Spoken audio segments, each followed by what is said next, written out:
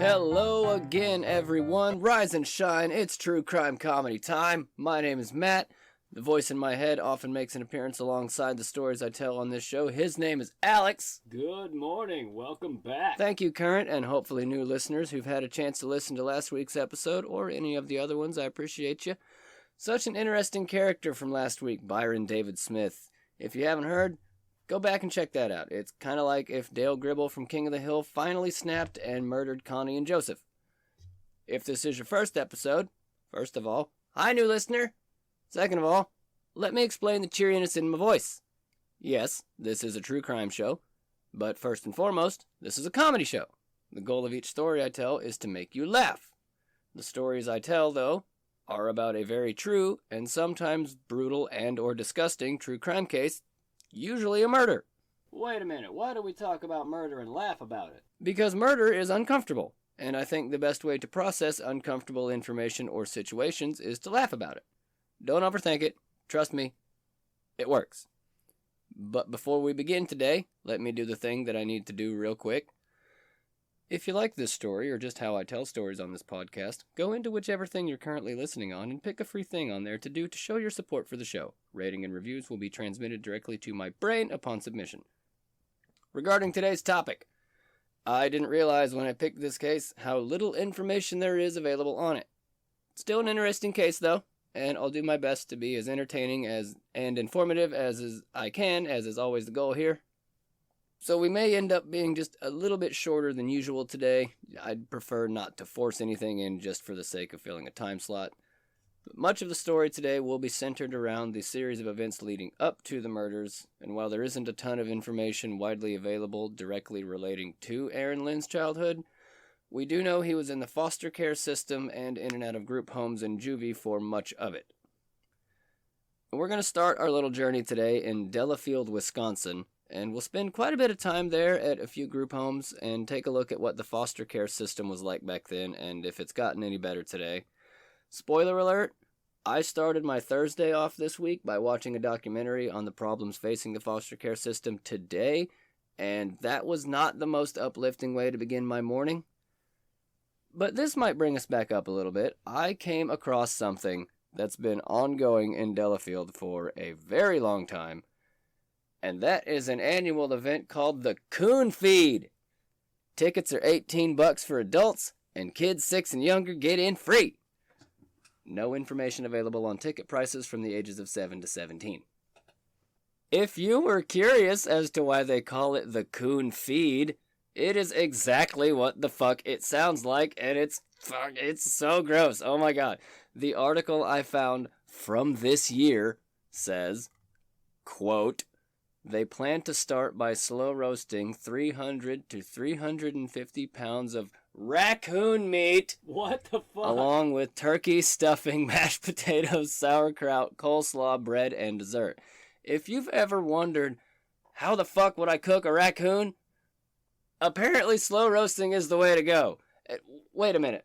How many raccoons is that? Hold on. Okay, so a raccoon weighs anywhere from 7 to 20 pounds, but they have to have a lot of them, so they probably don't have a lot of food to compete for if there's enough raccoons to round up, slaughter, and slow cook every year for the past 100 years. So most likely on the smaller side, so let's just say right around 7 pounds. 350 divided by 7 is... So $18 will get you access to, at minimum, 50 delicious, slow-roasted, and perfectly seasoned, just fall off the bone tender, make you slap your knee, it's so goddamn tasty, raccoon, as well as a litany of other sides that actually would probably be good if not for being cooked alongside 50 raccoons. What the fuck, Wisconsin? That's the kind of shit they're supposed to do down here where I live. I didn't know you could even eat a fucking raccoon. The article goes on to say that people from all over the state and the U.S. come to the Coon Fest to try something unique and different. Who is traveling to eat a raccoon? How many of you want to go eat a raccoon? We call them trash pandas for a reason, guys. They hang out in garbage for fun and food. It does go to a good cause, though. Proceeds go to Veteran Affairs to help homeless veterans, which is awesome, and also the local Boy Scout troop, which is also cool. It says they usually raise around $6,500 in donations every year, which I did the math on because nerd, and that's only around 300 people. I'm willing to bet if you didn't make people eat fucking raccoon, you could pump those numbers a little bit. One person said it tastes a little bit like corned beef. Hold on, though. Has anyone out there ever corned a beef?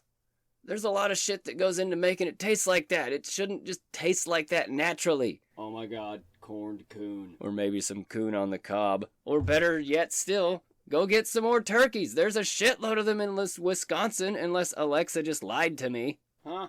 What? What did I do? Not you. I said Alexa. Oh. Well, then pass me that coon stick. So who are we talking about today? We're going to talk about a guy named Aaron Lindh. He was born in 1968, though I'm not certain what the actual day was, and his life started off pretty rough. After only 11 days, the teeny tiny Aaron was taken away from his mother by the state and placed into the foster care system. Maybe a concerned citizen saw them participating at the Coon feed and made a judgment call. Whatever the case, he was adopted about 4 months later by the Lindh family, Mary Ann and John. By all accounts, they seem to have tried their best with Aaron, but he was a troubled child. His defense lawyers later on would say about his childhood, his life of crime began at age 4. Shoplifting, setting fires, stealing, fighting, fantasizing about murder, and even an attempt at suicide. Mary Ann once found him in the closet after he'd tried to hang himself with a belt, and if that wasn't enough, he also told his adoptive parents that he would rob them, kill them, and burn their house down if he ever got the chance. A toddler arsonist, everyone. Holy shit, and he's Holy how old? shit, we already found the name of the episode. A toddler arsonist eats coon on the cob in Wisconsin. All of that starting at age 4.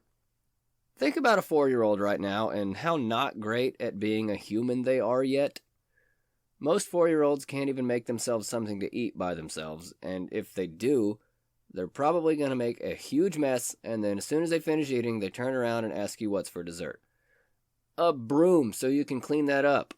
Bon appetit, you tiny asshole. Meanwhile, Aaron somehow already knows about all this horrible shit at such a young age. I don't know how fast it escalated, but even still, that's a lot of violence for a person with a single-digit age.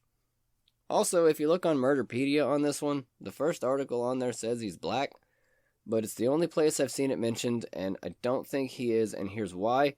The only picture I was able to find of this man that exists online is right above this article, and it's of a pretty white-looking bald dude. Kind of a pale fellow, so I'm not sure where that info came from in that article. Aaron also had a long history of mental illness, starting from a very early age. He is known to have suffered from reactive attachment disorder, borderline personality disorder, narcissistic personality disorder, and antisocial personality disorder.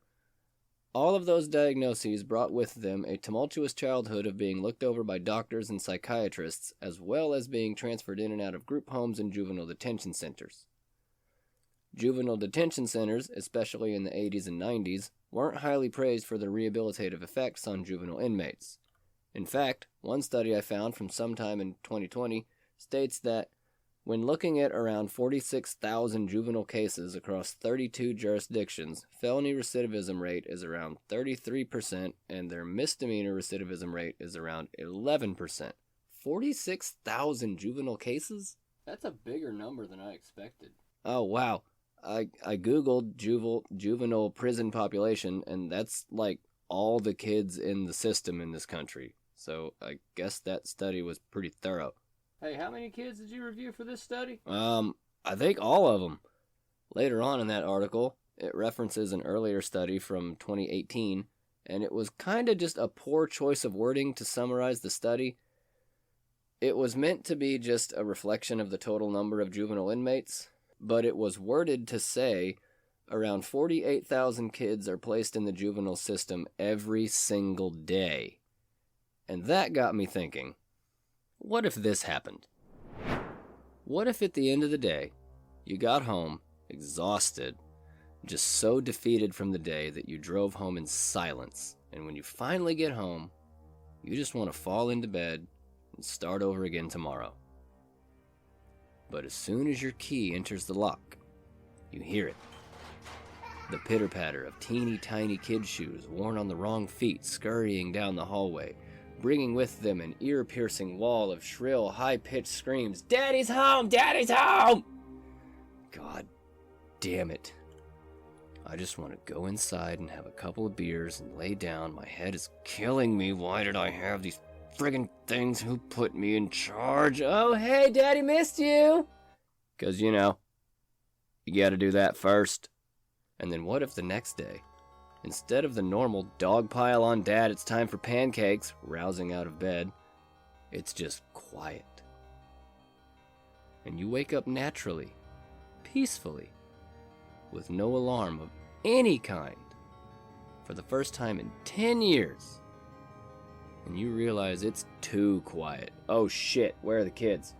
If you have kids and you happen to notice it's too quiet, that's a bad sign. Something is happening, and it's usually not good. Something catches your eye outside, and as you look out the window, you see every house on the block has dads in robes standing on the porch holding white coffee mugs. All of them have the same contorted mixture of confused and relieved painted on their faces, because somehow in the middle of the night, and without warning, the neighborhood watch has swooped in and abducted 50,000 kids from all over the country and placed them in various detention centers in towns and places no one has ever heard of. What is the world coming to? Lawns will grow taller, thicker, and greener. Trees on Halloween will forever be bereft of toilet paper. Every day, millions of dads are finally getting around to cleaning out the garage and washing the cars. Never again will there be an unforeseen spike in utilities because somebody left all the goddamn lights on!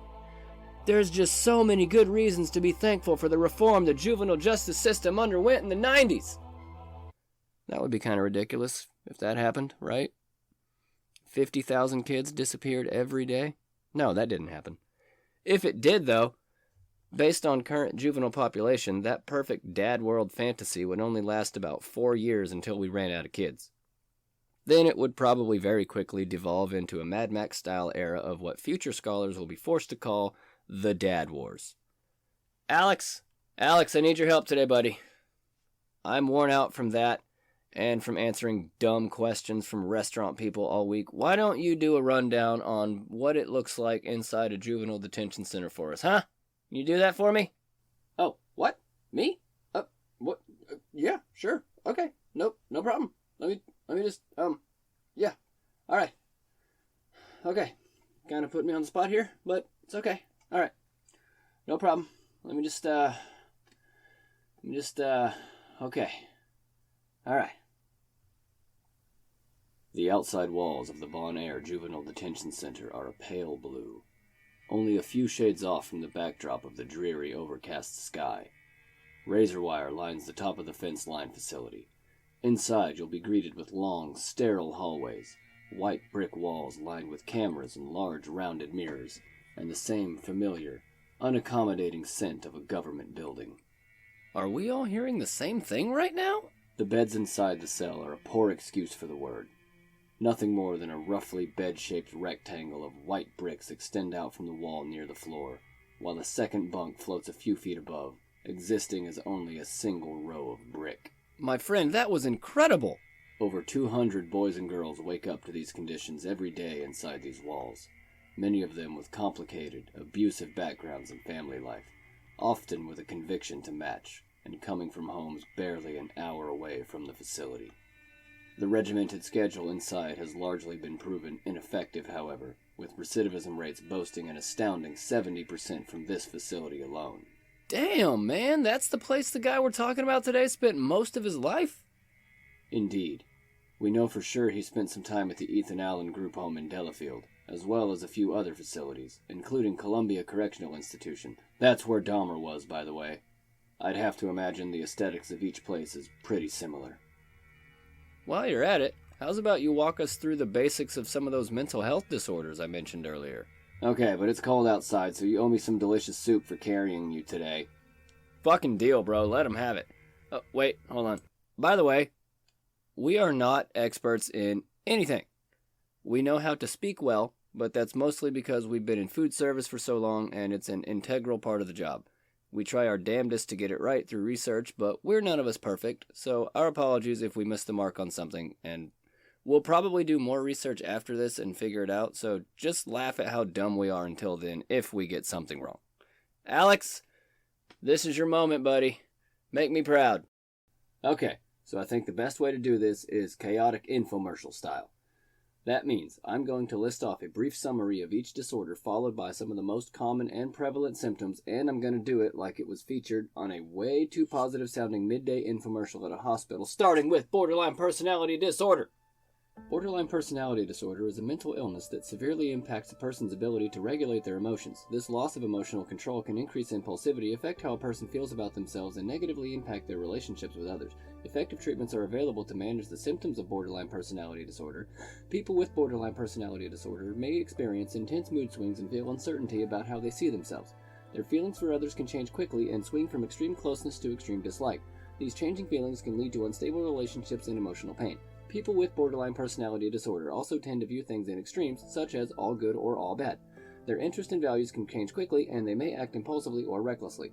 Other signs or symptoms may include efforts to avoid real or perceived abandonment, such as plunging headfirst into relationships or ending them just as quickly. A pattern of intense and unstable relationships with family, friends, and loved ones. A distorted and unstable self-image or sense of self. Impulsive and often dangerous behaviors such as spending sprees, unsafe sex, substance abuse, reckless driving, and binge eating. Please note, if these behaviors happen mostly during times of elevated mood or energy, they may be symptoms of a mood disorder and not borderline personality disorder. Self-harming behaviors such as cutting, recurring thoughts of suicidal behavior or threats, intense and highly variable moods, with episodes lasting from hours to a few days, chronic feelings of emptiness, inappropriate, intense anger or problems controlling anger, feelings of dissociation such as feeling cut off from oneself, observing oneself from outside one's body, or feelings of unreality. Not everyone with borderline personality disorder may experience all of these symptoms. The severity, frequency, and duration of symptoms depend on the person and their illness. Bring it on home, Alex. Reactive attachment, go! You owe me so much soup for this. Children with reactive attachment disorder do not form the important bond that usually develops between a child and their caregivers. Children with reactive attachment disorder seem sad, fearful, or irritable and have a hard time interacting with others. When they are upset, they are not comforted by adults' attempts to make them feel better. Reactive attachment disorder can happen to young children who have been extremely neglected or abused.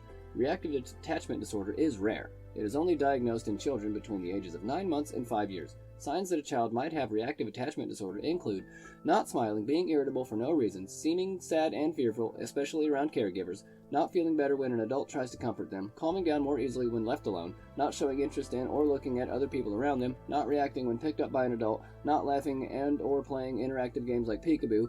Aaron Lindh was ripped away from his mother at only 11 days old and diagnosed with all of these different disorders over the course of his childhood, combined with the less than stellar conditions present at many of the juvenile detention centers he was housed in, including the now closed Ethan Allen in Delafield. Aaron was set on a path that he felt compelled to walk down in order to get further ahead in his own life. In other words, this kid's pretty fucking rad. Thank you if you're still here. That was originally twice as long. So that's kind of what we're going to be dealing with when we get into the crime part of today's story, which is going to be happening right now. On January 15th, 1988, Aaron Lindh had finally made it out of jail in group homes and landed himself a job in Madison where he worked the night shift at a printing company as a forklift operator. He was briefly living with a roommate, Bart, but as of this day, Bart was a former roommate. After coming home one morning from driving a forklift from 11 to 7, Aaron finds that, quite a bit of his stuff has been burglarized from his house, including his TV and VCR. I bet Madison had a string of stolen VCR and TV cases that were just piling up back then. Aaron, thinking rationally for a brief moment, realizes there's no sign of forced entry, so signs point to Bart. Listen, Bart denies this as a direct rejection of himself and instead contacts his landlord and the police. Here's the thing, though. The landlord didn't really care, and the police just asked him, "Well, what'd you leave the window unlocked for, you dummy?" And then he smacked him on the back of the head, and he's bald, so it made a real tight pop sound like that. And here's another thing about Aaron that's probably important to know. Bart, the roommate, also said Aaron was a weird guy who did weird things, and one of those weird things he liked to do was play around with guns, including shooting at pint glasses around the house. He also liked to race trains across the tracks and run red lights. You know, small town energy. Except in Madison. Police are also remembering, as he's telling them about the robbery, that he was involved in a separate shooting incident a few months prior on Halloween, where he thought, "Hey, you know what's a good idea? I'm gonna just point my gun at people," which is probably what initially prompted the current robbery in the first place. I mean, Bart was probably there. Maybe that was the night he got tired of his asshole roommate pointing guns at partygoers. And maybe that was also the night he started making a new list of movies he wanted to watch and what format to watch them on.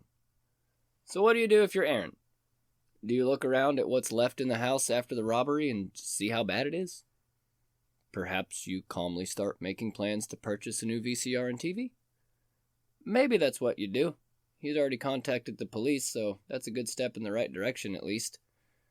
But then he takes it up to the next level, so to speak, and decides, you know what, no, I don't like that Bart fellow, but I'm kind of little and not very intimidating, so I better find a different gun, and begins making phone calls to that effect while trying to locate Bart.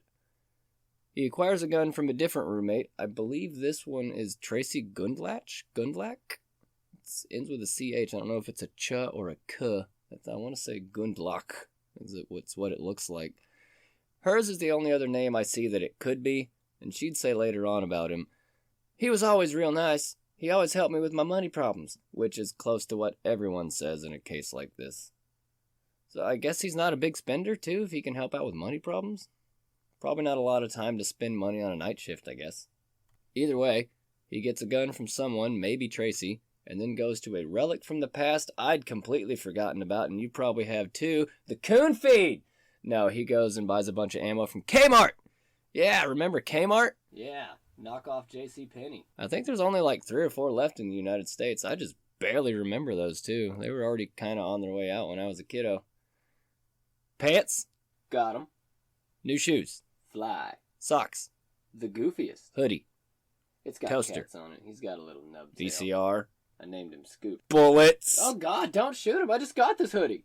After Kmart, Aaron makes his way down to the Dane County Courthouse in Madison to try and speak with the police about the pending burglary investigation. He arrives at 12:45 on January 15th and goes inside to try to find someone to speak with. He has, as of this moment, left the gun in the car, but he still has it. If you caught it earlier, I said he'd denied something as a direct rejection to himself. A state psychiatrist, Dr. Ezra Griffith, said during the trial that Aaron's impaired logic causes him to perceive problems as rejections, and events before the shooting were seen as abandonments. Let me put on my not a licensed expert hat real quick. We breezed through some of the symptoms and behaviors that many people with his suite of personality disorders tend to exhibit. I think what the doctor means here is that his ego or psyche, whichever you want to call it, is so contorted and illogical that anything negative is seen as a direct rejection of himself. Everything that goes wrong means he's not good enough in his mind.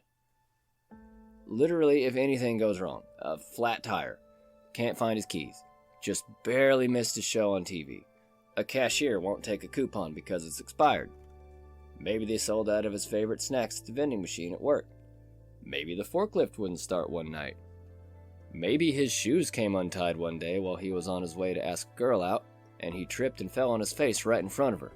And maybe all her loud friends were there, laughing at the blood now coming out of his nose. Sidewalks are unforgiving. And he looks up at them with blood and tears streaming down his face and says, "Why?" And maybe Tracy leans in really close with all her money problems and grabs his chin in her hands and tilts his head skyward, looks Aaron in the eyes and says, "My father was killed by a forklift. I'll never go out with you." And still maybe. Then all her friends surround this poor man, bleeding out on the concrete, tear off all his clothes and lift him up off the ground, place him on their shoulders like he was crowd surfing, and maybe, this is the worst part, maybe they then decide to reclothe him in the outfits they wanted him to wear, stuffed him in a car to go on a shopping spree at Kmart because who wants to wear bloody clothes? And maybe, when they all get to Kmart, he busts out of the back window and escapes. "Nothing in there fits on me!" He takes off running through the parking lot all bloody and screaming at the top of his lungs, "It doesn't fit! It doesn't fit!" But his shoes are still untied, so he trips again and breaks his face on the curb, or maybe none of that happened. He is fragile, though. So the most benign thing could possibly just set him off in a weird way. Maybe it's like if you try to do a funny bit and nobody laughs at it and it just eats at you all day long. But he's at the police station, and he goes inside, sans gun, to try and talk to somebody about the burglary. Cops look up his information, see who is inquiring about it, laugh, They didn't laugh. And tell Aaron that the officer who was investigating the robbery case had been reassigned and was at the moment unavailable for comment. Now it's a direct rejection. Aaron hears this, processes it, accepts it in whatever capacity he's capable, and returns to the car. A few minutes later, he returns to the car, now sporting a much longer jacket. The jacket is there to conceal the fact that the was not misplaced, and he is now carrying a .22 caliber rifle. Let's see. Alex, put on the twangy one for this. Don't fucking tell me what to do. He goes back inside the courthouse with the weapon concealed so no one can see it. He makes his way through the hall and into the police station located inside the courthouse. He pushes open the door and takes aim at his first victim, Eric Erickson. Erickson was an employee with the State Justice Department, and he had chosen that day to go pay a parking ticket, and instead, Aaron shoots him in the head. He falls to the floor, and Aaron immediately takes another shot at the poor secretary helping Mr. Erickson. Her name is Eleanor Townsend. And this poor lady, man, she probably didn't even have enough time to register what was going on or to see what was happening to try to escape. I'm not sure where she was shot, but she dies there in the courthouse. Mr. Erickson, however, would survive his gunshot wound to the head. However, I don't have the status of that parking ticket. I don't know if he got to pay that. And not for nothing, it's a little more incredible that he survived a headshot from a .22. Those things will travel around all over if it gets inside you. It could have ended up in, like, his foot or somewhere weird like that. By now, the police have reacted and are engaged in their response, so Aaron takes off running down the hallway trying to get away. He's not quite finished with his little temper tantrum of a murder spree and then bursts through the door of the county coroner's office and sees Clyde Bud Chamberlain, and he shoots him too. Now with nowhere to run, Sheriff's Deputy Louis Molnar attempted to peacefully subdue Aaron, but Aaron just kept shooting, "I'm gonna kill you, and I don't care if you kill me," and starts advancing toward Louis. So, Louis shoots him twice, once in the chest and once in the stomach. Aaron survives though, and he's taken to the Meriter General Hospital nearby and is listed in pretty serious condition. He just got shot twice.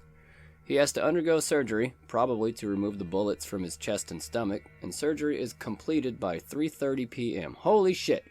That means that whole thing just happened in like 2.5 hours from shooting to post-op.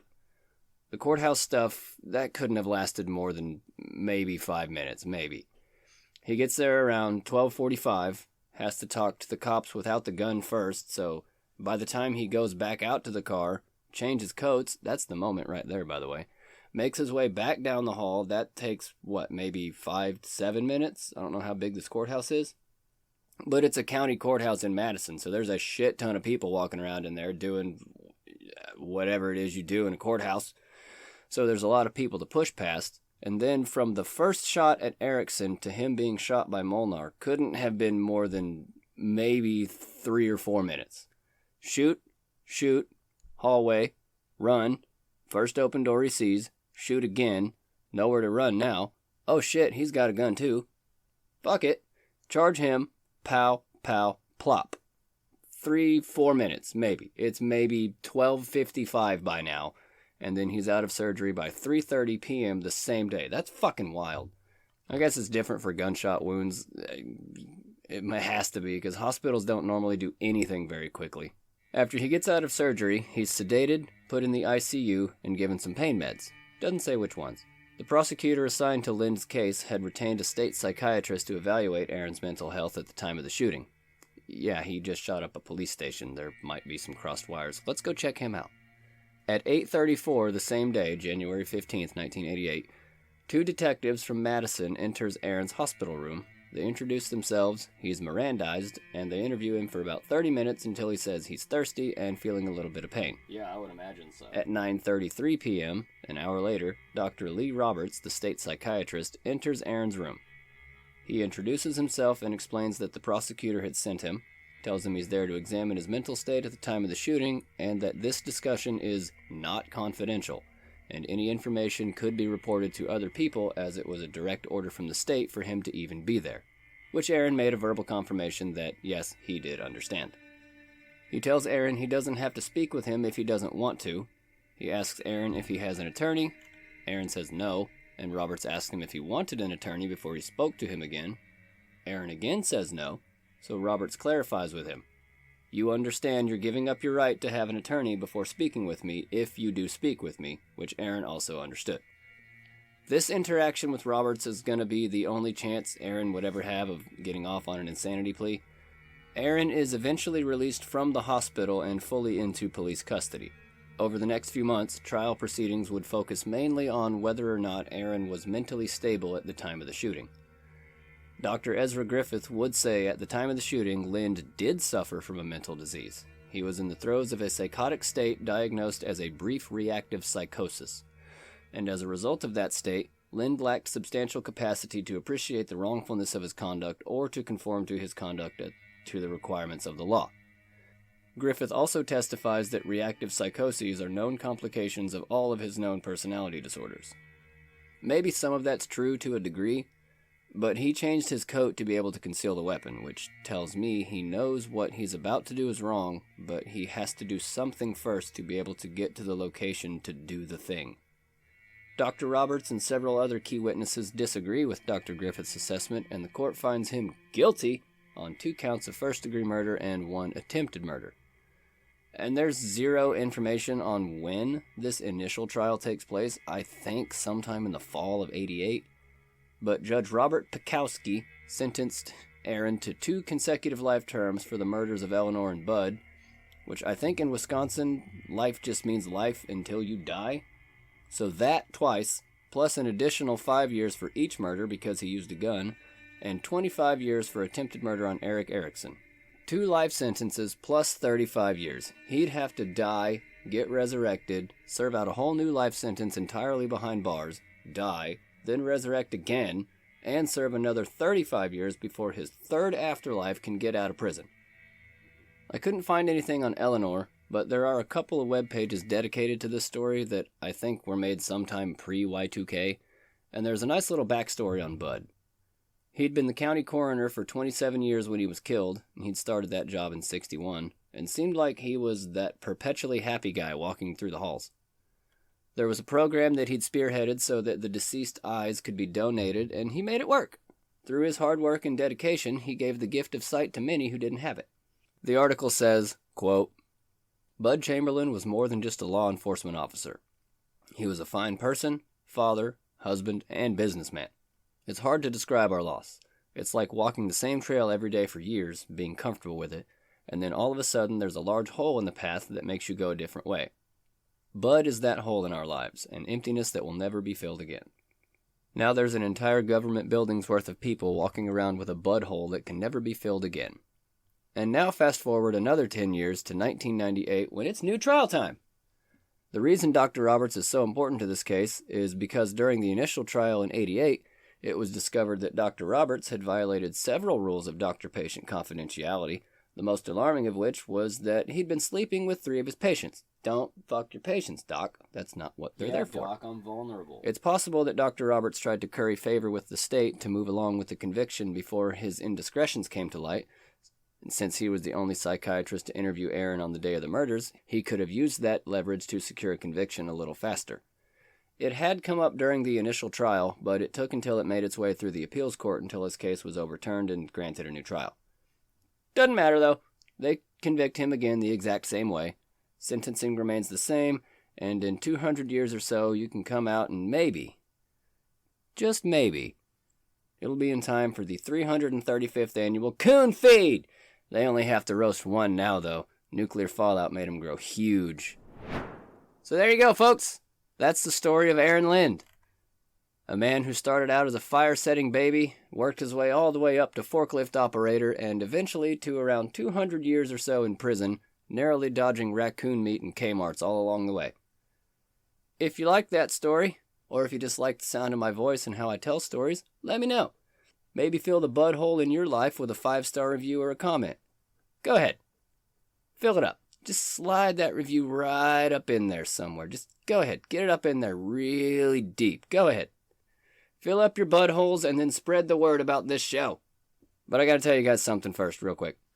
Thank you for listening to my show and what I'm trying to do over here. I really do appreciate that I have any listeners at all. It just blows my mind. If there's a spare moment in the day where you aren't drowning in your own responsibilities, come say hi to me on one of the socials. I'm actually quite calm in real life. And I notice that I have a lot more fun putting an episode together when it's either a serial killer or a cold case that there's been a lot of mystery around, so probably look out for one of those next week. Thanks again, everyone, for listening. We'll be back next week, everybody. Stay kind.